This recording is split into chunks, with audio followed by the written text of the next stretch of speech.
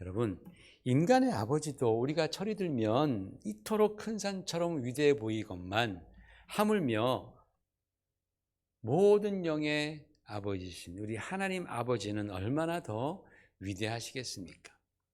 그런데 성경을 보면 이스라엘 백성들도 참 철이 안 드는 그런 백성들이었습니다. 그렇게 자기 백성을 연단하시고 또 가르쳐 주시고 훈련도 하시고 그렇게 기적과 역사를 통해서 하나님의 사람들을 통해서 그렇게 하나님이 그들을 사랑하신다라는 것을 보여주셨음에도 불구하고 이스라엘 백성들은 정말 틈만 나면 기회만 되면 하나님을 떠나는 거예요.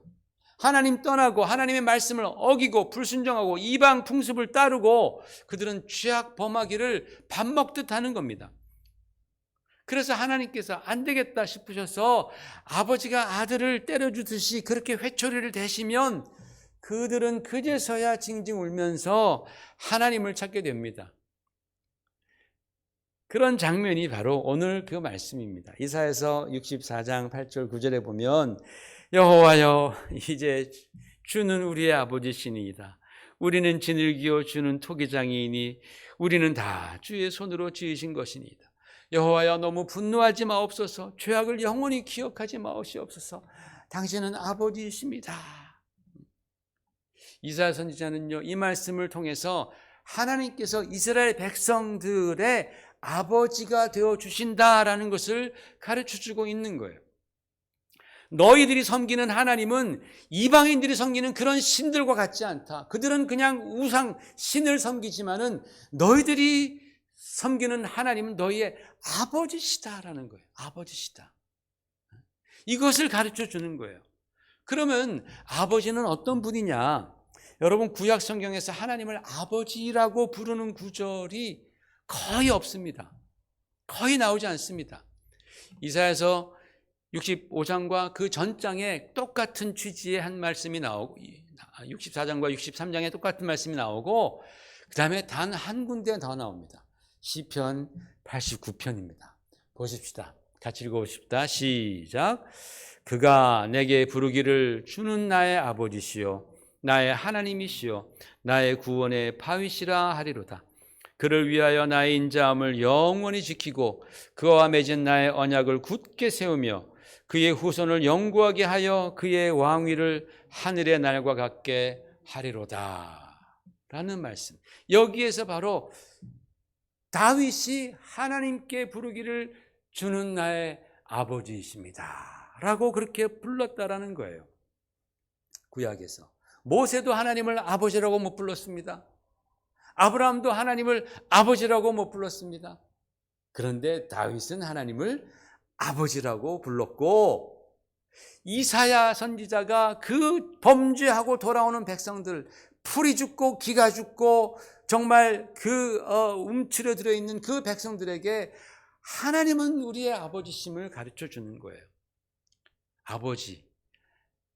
그들은 다윗과 하나님의 그 다윗이 하나님을 아버지라고 부르는 그 관계를 통해서 하나님 아버지가 어떤 분이신지를 기억해내고 있는 것입니다. 하나님 아버지는 어떤 분이세요? 하나님은 우리를 지으신 분입니다. 우리를 낳아주신 분이십니다. 진흙과 같은 우리를 하나님은 이렇게 멀쩡한 정말 멋진 인간으로 낳아주신, 지어주신 분입니다. 그러므로 하나님은 누구보다도 우리를 더 잘 알고 계시죠. 그리고 어떤 문제나 위협이나 어려움에 하나님 아버지는 흔들리지 아니하시고 인자함과 성실함으로 다윗에게 하신 그 약속을 끝까지 지키시는 아버지이시다. 그 다윗에게 한 약속 안에는 구원의 약속이 있고 은혜의 약속이 있고 용서의 약속이 있고 평강과 번영의 약속이 있고 천국의 약속이 있고 모든 약속이 다 들어가 있는데 그 약속을 하나님께서 인자와 성실하심으로 지키시는 아버지, 즉 다른 말로 바꾸면 책임감 있는 아버지. 하나님 아버지는 우리에게 하신 그 약속을 책임지신다. 끝까지 책임지신다라는 그런 의미입니다. 얼마나 이스라엘 백성들에게 큰 힘이 되겠습니까? 하나님 앞에 범죄하고 기가 죽어서 죄송해서 돌아오는 이스라엘 백성들에게 하나님은 너희의 아버지시야. 그러니 하나님께서 다윗에게 주신 그 아버지로서의 약속, 그것을 너희에게도 책임 갖고 책임감 있게 다 이루실 것이야 라고 이사야는 말씀하는 겁니다. 얼마나 부럽습니까, 여러분? 그런데 이런 약속이 다윗에게만 주어진 것이 아니지 않습니까? 우리 신약 보십시다. 요한복음 보십시다. 같이 읽어봐요. 시작. 영접하는 자, 곧 그 이름을 믿는 자들에게는 하나님의 자녀가 되는 권세를 주셨으니 이는 혈통으로나 육정으로나 사람의 뜻으로 나지 아니하고 오직 하나님께로부터 난 자들이니라 그랬습니다. 여러분, 우리가 예수님을 내 마음에 영접할 때에 우리는 하나님의 자녀가 되는데 그것이 하나의 이론이 아니라 하나님께서 영적으로 우리를 낳았다라고 말씀한 거예요. 그래서 우리는 거듭남이라고 말하지 않습니까? 그래서 우리는 진정으로 하나님의 자녀가 되고 하나님은 우리의 아버지가 되셨습니다. 사도 바울도 갈라디아서 4장 6절에 이렇게 말씀합니다. 시작. 너희가 아들임으로 하나님이 그 아들의 영을 우리 마음 가운데 보내사 아빠 아버지라 부르게 하셨느니라. 아멘. 하나님께서 그 아들의 영을 우리 가운데 보내주셔서 우리는 이제 하나님을 뭐라고 불러요? 아빠 아버지, 아버지라고 부른다라는 거예요. 여러분, 정말 성령 받은 사람들은요 하나님을 아버지라고 부릅니다. 그런데 하나님을 이론적으로만 아는 사람들은 하나님을 아버지라고 절대 부르지 않습니다. 못합니다. 입이 떨어지지가 않는 거예요. 하나님께 아버지, 이게 안 되는 거예요. 그런데 정말 믿음 있고 내 안에 예수께서 임하시고 성령이 임하신 사람들은 하나님 앞에서 아버지라고 부르는 게 너무나 좋은 거예요. 하나님보다 아버지, 하나님 아버지 얼마나 친숙합니까? 얼마나 좋습니까? 바로 하나님이 우리의 아버지가 되신 줄 믿습니다. 아멘. 놀라운 축복이에요. 하나님께서 우리의 아버지가 되시자마자 다윗에게 약속하시고 이스라엘 백성들에게 약속하신 그 모든 것들을 우리에게 다 함께 주시는 거예요. 왜? 우리도 그분들처럼 하나님의 자녀이기 때문에, 하나님이 우리의 아버지이시기 때문에. 얼마나 큰 축복이고 얼마나 놀라운 은혜입니까? 그런데 그럼에도 불구하고 우리는 때로 하나님 아버지의 마음을 몰라서 방황하기도 하고 두려워하기도 합니다. 아버지의 마음을 모르는 거예요. 아버지의 본심을 모르는 거예요.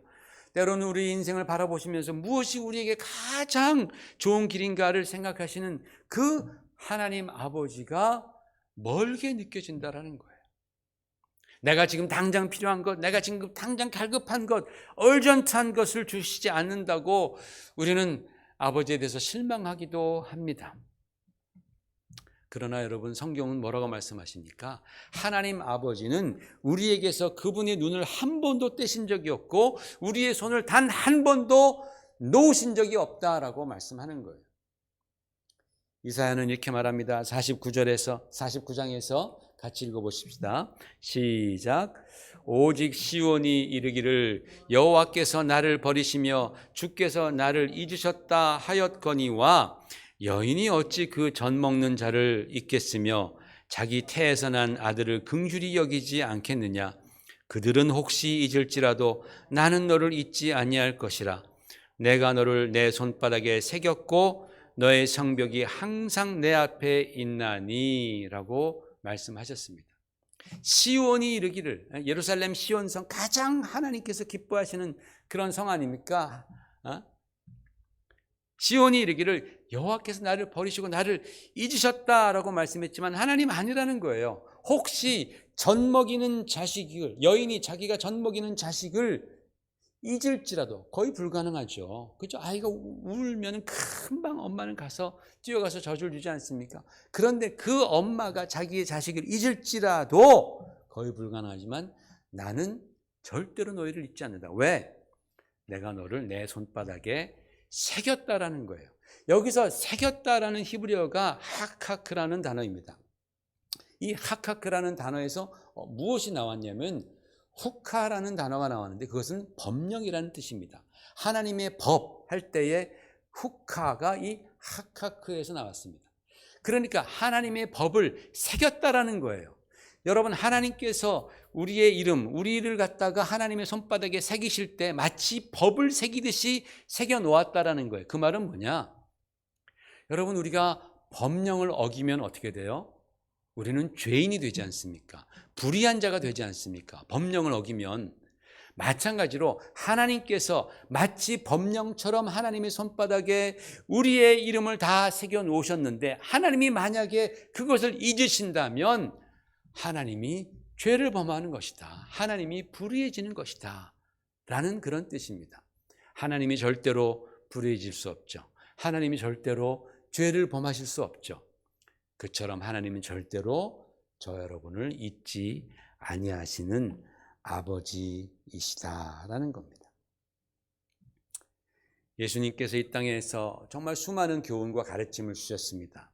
그런데 그 중에서 가장 지속적이고 집요하게 마치 가랑비에 옷 젖듯 주님께서 우리에게 주신 가르침이 뭔지 아십니까? 하나님이 바로 우리의 아버지시다라는 그런 가르침입니다. 그래서 주님께서는 하늘에 계신 너희 아버지라는 표현을 굉장히 자주 쓰십니다. 내 아버지, 하나님을 보고 내 아버지라고 말씀도 하셨지만은 그 말씀을 듣는 그 백성들에게도 너희들의 아버지다라고 말씀해 주시는 거예요. 여러분, 한번 입장을 바꿔 생각해 보십시다. 여러분이 군중이라고 생각해 보십시다. 그때 백성이라고. 예수님 같은 그런 정말 위대한 랍비, 하나님이 보내신 분이라는 것이 정말 분명히 드러나는 그런 지혜도 있고 가르침도 있고 능력도 있고 권세도 있으신 분이 하나님을 내 아버지라고 부르면 이해가 가요. 그런데 나같이 삶에 찌들리고 범죄하고 주님의 말씀도 하나도 모르고 기도도 잘 못하고 그런 사람에게 하나님이 너희의 아버지다라고 말씀하실 때에 여러분, 그것을 듣는 그 백성들의 마음은 얼마나 큰 위로가 되겠습니까? 얼마나 큰 은혜가 되겠습니까? 저 랍비께서, 저 예수께서 당신의 아버지신 하나님을 우리의 하나님, 나의 하나님이라고도 말씀해 주시니 얼마나 감격하겠습니까? 그래서 주님께서는 그 귀중한 사실을 가르쳐 주시면서 이렇게 말씀하십니다. 마태복음 7장 9절 같이 읽어봅니다. 시작. 너희 중에 누가 아들이 떡을 달라 하는데 돌을 주며 생선을 달라 하는데 뱀을 줄 사람이 있겠느냐? 너희가 악한 자라도 좋은 것으로 자식에게 줄 알거든 하물며 하늘에 계신 너희 아버지께서 구하는 자에게 좋은 것을 주시지 않겠느냐. 아멘. 너희 아버지라고 주님은 계속해서 강조해 주시는 거예요. 가르쳐 주시는 거예요. 꿈도 꾸지 못할 그런 정말 천한 삶을 살아가면서 죄악 가운데 있던 그 백성들에게 아니야, 하나님은 너희 아버지시야. 하나님은 너희 아버지시야. 예수님은 바로 그것을 가르쳐 주시러 이 땅에 오시지 않았습니까? 그렇습니다. 우리가 하나님이 창조자이시고 하나님이 우리를 사랑하시고 구원자이시고 심판자이시고 삼위일체 하나님이시고 이 모든 것들을 다 아는 것이 중요하겠지만은 그보다 더욱 더 중요한 게 뭐예요? 바로 그 하나님이 나의 아버지시다라는 사실. 그것을 아는 것이 더 중요합니다. 나를 사랑하시는 아버지, 나를 사랑하시되 끝까지 책임지고 사랑하시기 위하여서 독생자 예수 그리스도까지 이 땅에 보내셔서 내 죄를 용서해 주시고 천국으로 이끌어 주시는 그 하나님 아버지, 그 아버지를 아는 것이 우리에게 너무나 중요한 것입니다. 여러분, 오늘 아버지 날을 맞이하여서 이런 좋으신 하나님 아버지의 마음을 우리가 좀 더 알고 깨달아서 아버지의 품으로 더 나아가시는 저 여러분 되시기를 주의 이름으로 축원을 드립니다. 기도하겠습니다.